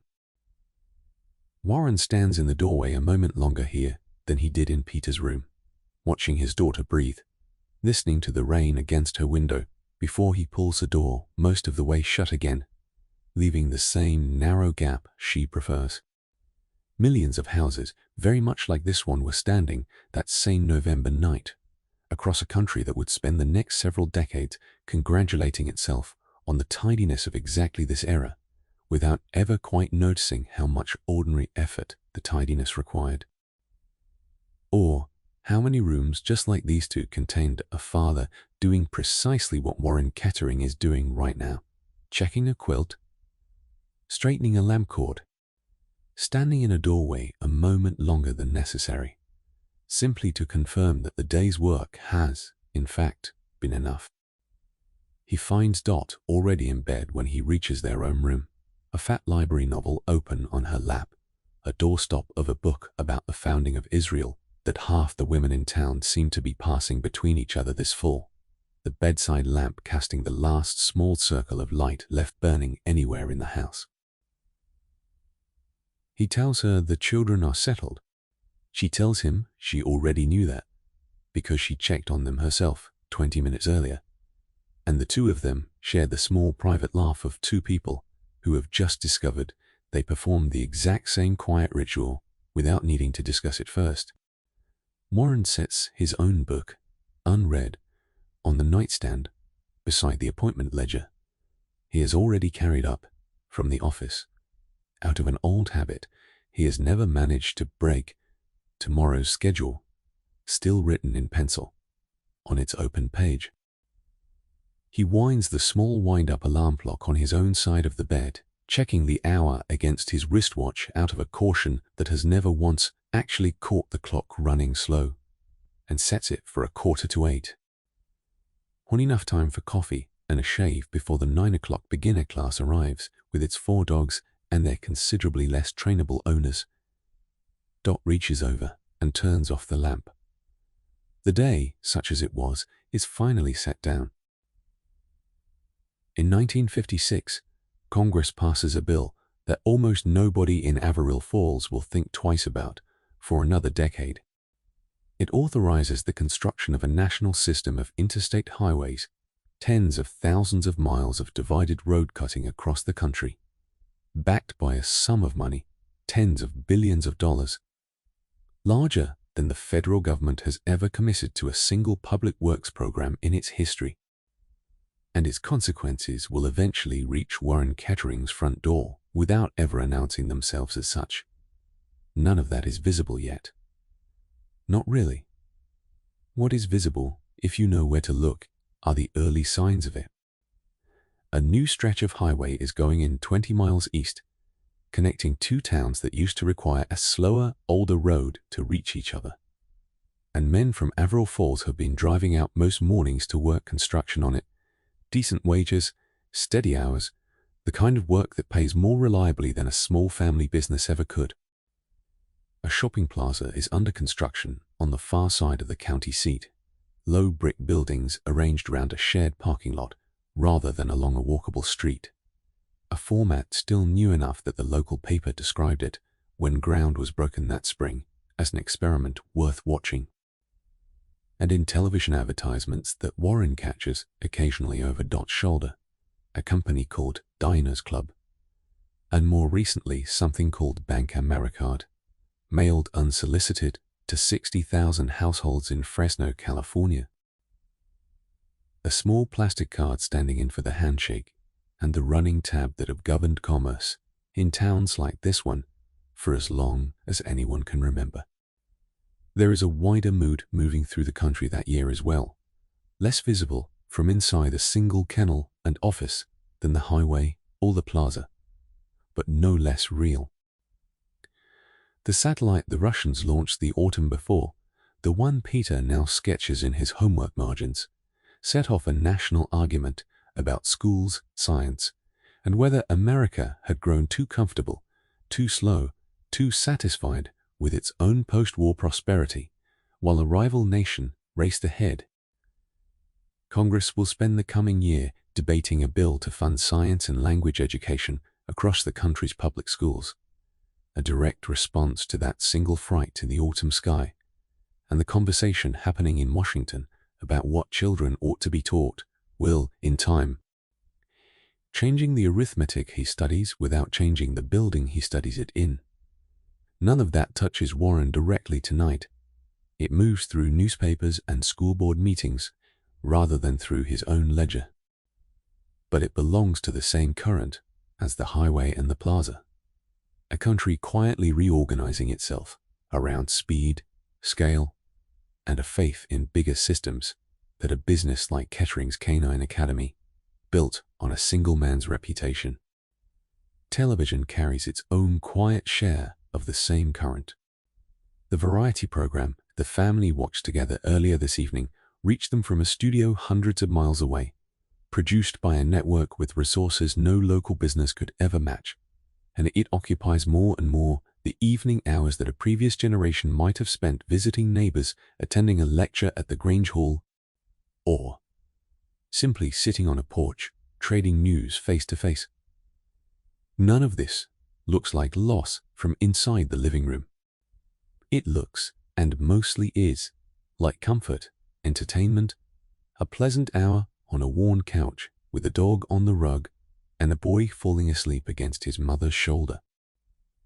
But comfort of exactly this shape draws people gently inward toward their own four walls and their own glowing screen, and a little away from the face-to-face errands and conversations that used to knit a town like Averill Falls together.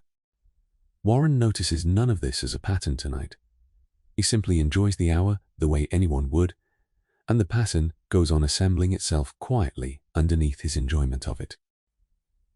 None of these threads points toward anything dramatic in the short run.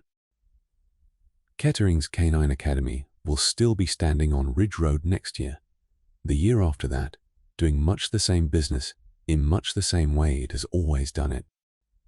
But step back far enough, and a pattern starts to show itself, one that Warren cannot yet see clearly because he is standing too close to it, the way anyone standing inside a slow-moving change generally cannot see it.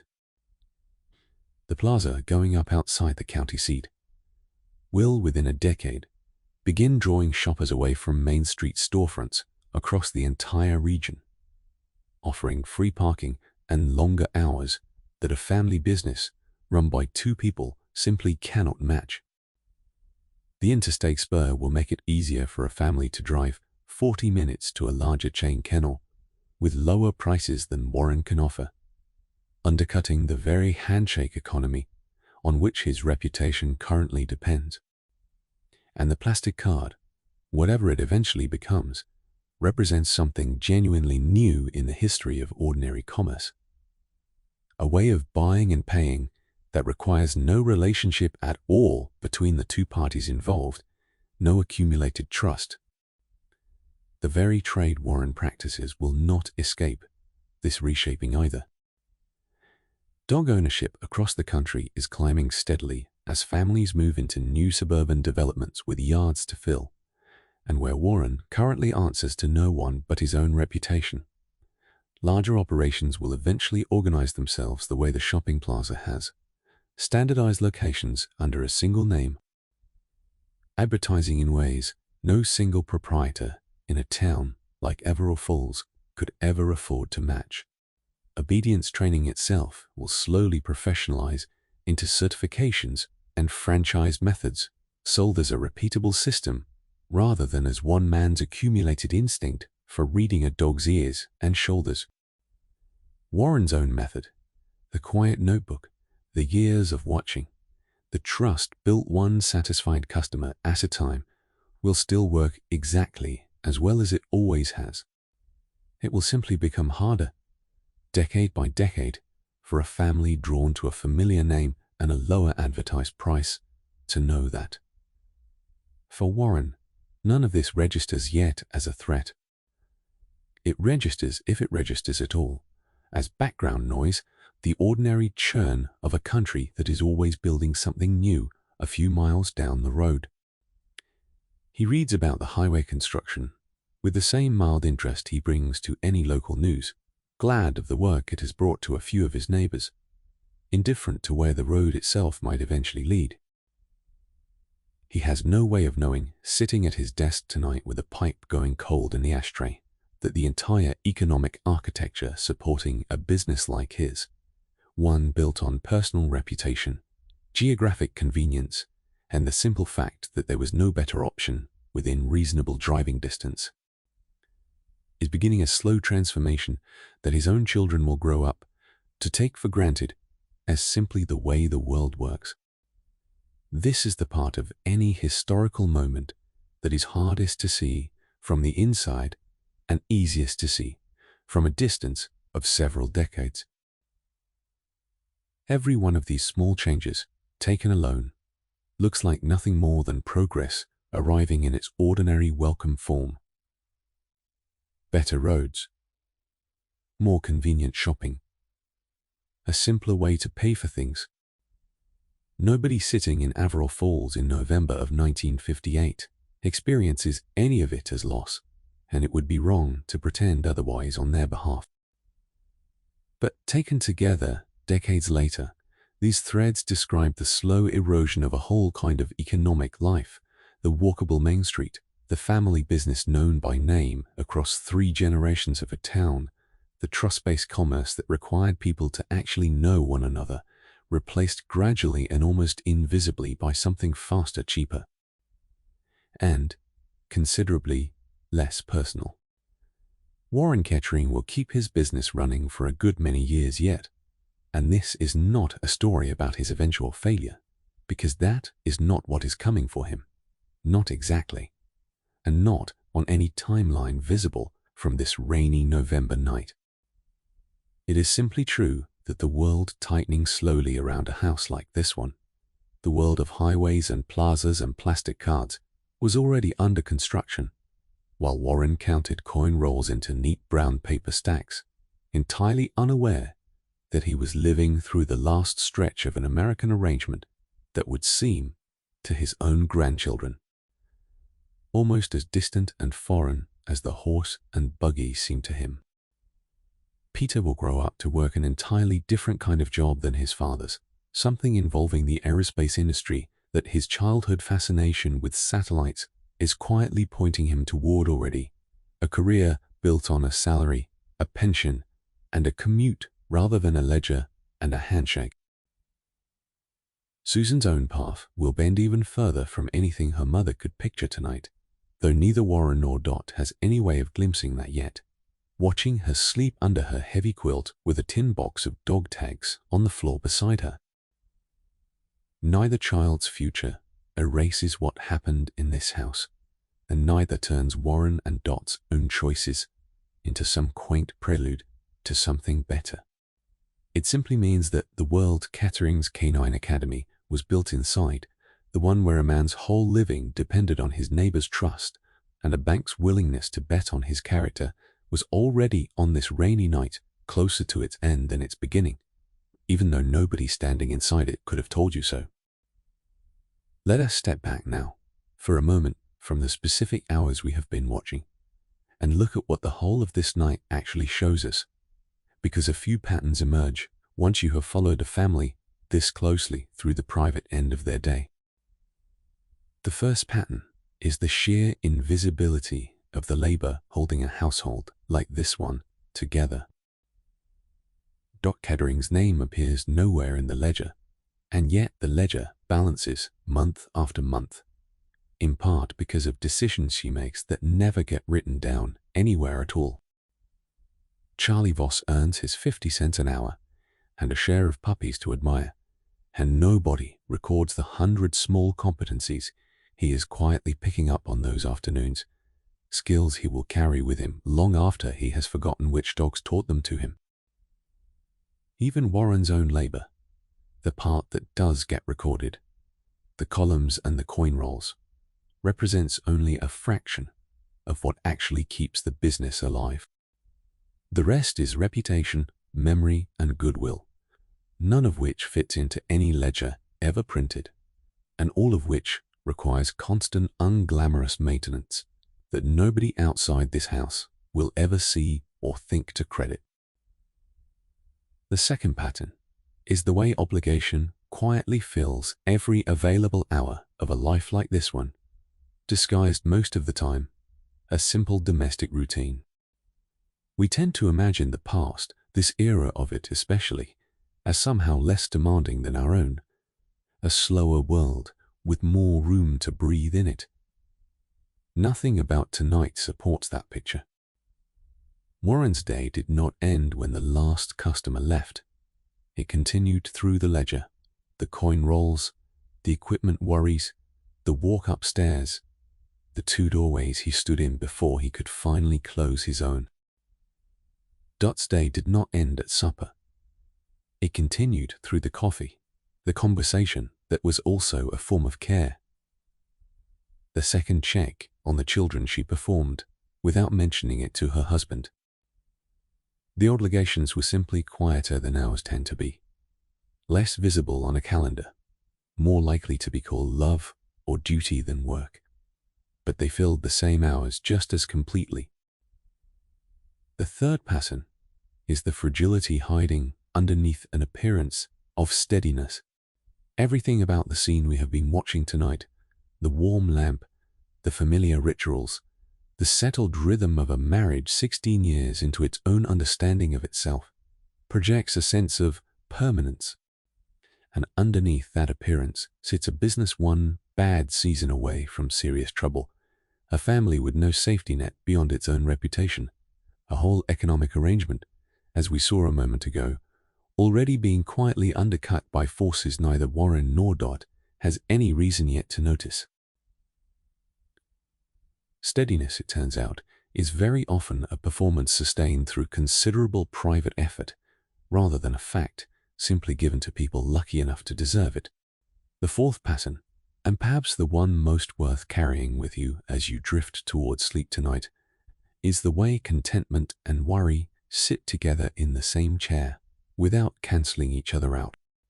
We watched this happen directly.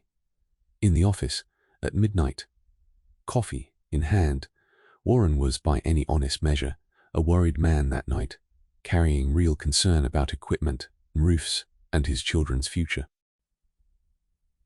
He was also, by an equally honest measure, a contented one, at peace with his marriage, his work, the shape of the life he had built, one handshake at a time. Most lives, examined closely enough, turn out to hold both of these things simultaneously, and the instinct to sort a life into either the happy category or the difficult one, as though it must belong entirely to one or the other, tends to say more about the person doing the sorting than about the life actually being lived. A A fifth pattern sits in the architecture of the house itself, and the plain fact that the office and the home occupy the same building, one directly above the other, connected by a single staircase that Warren and Dot climb and descend a dozen times a day, without ever quite registering it as a crossing of any real boundary. Most households built in the decades after this one will draw a much firmer line between the place where a person works and the place where a person lives, a commute, a separate address, a door that closes behind a working day in some meaningful physical sense. There is no such door here. The telephone that rings for the shop rings in the same kitchen where Susan eats her breakfast. The ledger that governs the family's income sits in a desk drawer one floor below the bed where that same family sleeps.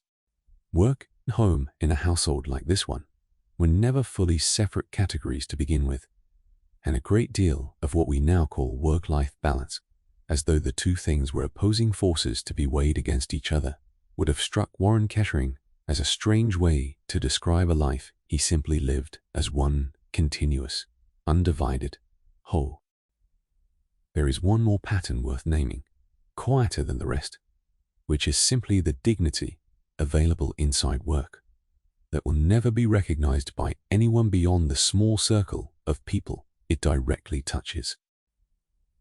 Nobody outside Everil Falls has ever heard of Warren Kettering, and nobody ever will. His name will not appear in any history beyond whatever this evening has made of it. And yet the discipline he brought to that ledger every single night for 9 straight years, the patience he brought to a nervous shepherd mix and an anxious retired judge, the quiet reliability that let an entire small economy of trust function around him constitute a kind of achievement that asks for no audience. None at all. That does not make the achievement smaller. If anything, it makes it larger, because it was sustained entirely for its own sake, without the promise of ever being seen by anyone beyond the people standing close enough to benefit from it directly. Taken all together, these 5 patterns describe something other than a lost golden age, and it would be a mistake to hear them that way. Nothing about tonight argues that 1958 was simpler or gentler than whatever year you happen to be listening from. The obligations were just as dense, the labor just as often invisible, the stability just as often a performance sustained by private effort.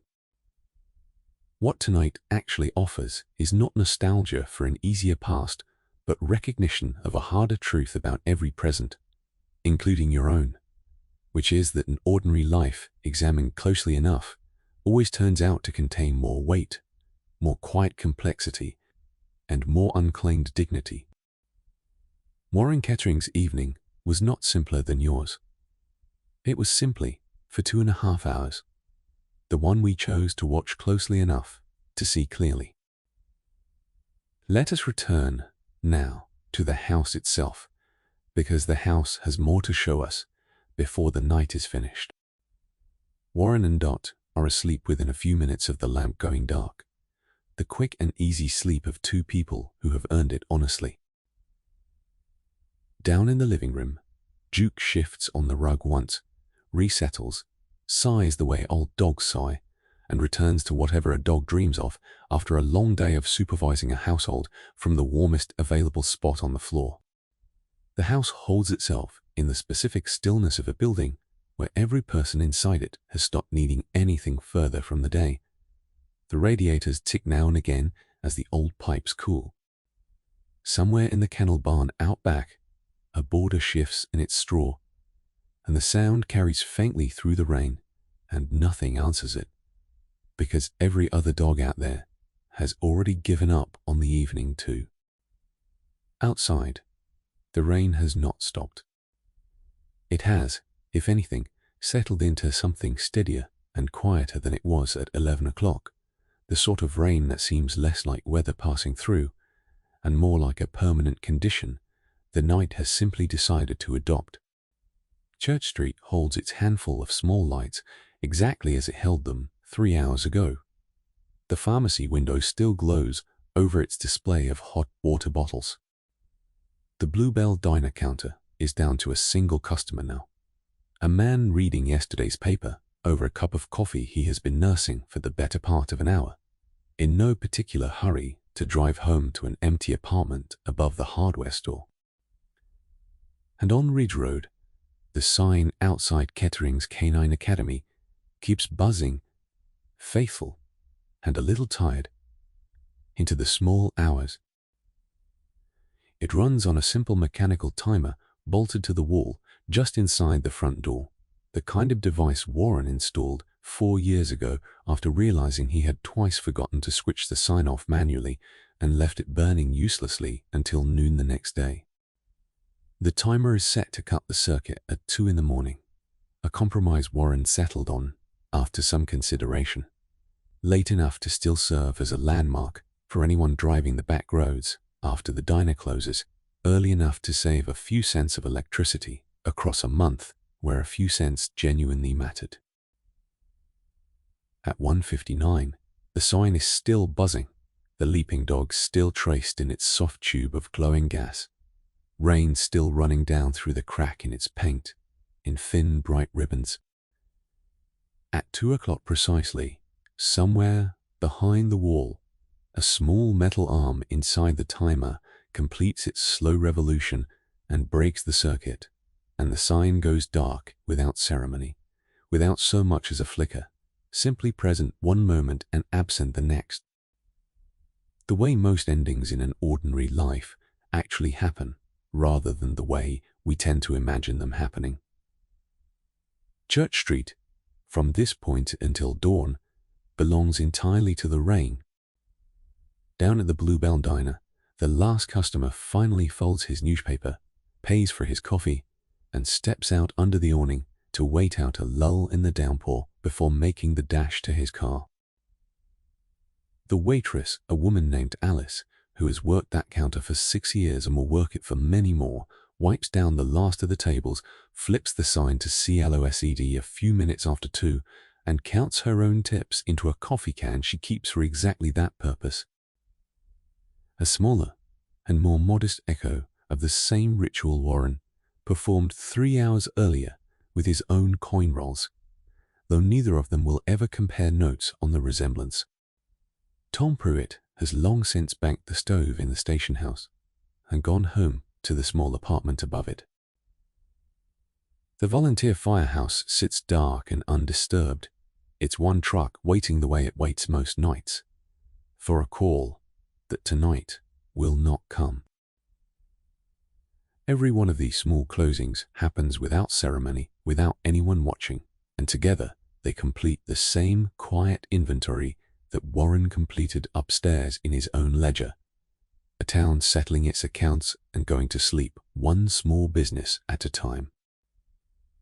There is something worth sitting with in that image for a moment before we let it go. 100 small businesses like this one, up and down 100 streets like this one, going dark at their own respective hours that same night, timers clicking, hand switches thrown, each one closing out its own small circle of light, while its owners slept upstairs entirely unaware of the exact moment it happened. None of them thought of themselves as part of anything larger while it was happening. Warren certainly did not. Asleep by then, his ledger balanced, his coin rolls stacked, his children's quilts pulled up, his wife breathing steadily beside him. And yet multiply this single house by every other house like it standing that same night across the entire country, and you begin to see something like the actual shape of an ordinary life in mid-century America, made almost entirely of exactly this: small rooms, quiet obligations met without applause. And a great deal of rain falling on empty streets, while everyone who mattered to that street was finally, blessedly, asleep. We spend a great deal of our own modern lives convinced that our own version of exhaustion is somehow new, that no generation before ours ever lay awake doing arithmetic about mortgages, children, and the small failing machinery of an ordinary life. Warren Kettering would find that conviction gently amusing if he were somehow able to hear it. He carried the same weight in his own quieter and less examined way, and he set it down every night regardless.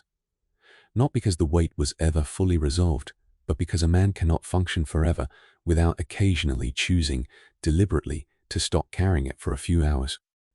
That choice, more than any circumstance of era or economy, is the one thing every generation actually has in common, and it is the one thing available to you tonight, regardless of what waits on your own desk tomorrow morning. Perhaps you are listening to this from a room not so different from the one Warren and Dot are sleeping in right now. At some hour of your own that has nothing to do with the hour in this story. Perhaps you too have a version of that ledger waiting for you when morning comes. A list of obligations that feels, at 11 at night or 2 in the morning, considerably heavier than it will actually turn out to be once you are rested enough to face it properly. Warren's ledger will still be there tomorrow. So will yours. The equipment that needs fixing will still need fixing. The roof will still need attention eventually. None of it requires solving at this particular hour, and none of it will be improved by your lying awake turning it over one more time before you finally let go of it for the night. So set it down, the way Warren set his down, the way 100,000 ordinary people set their own down that same rainy night, 1958, trusting that the work would still be exactly where they left it, patient and unhurried, waiting for a version of themselves with more daylight and more rest behind them. Whatever is unfinished in your own life tonight can wait a few more hours.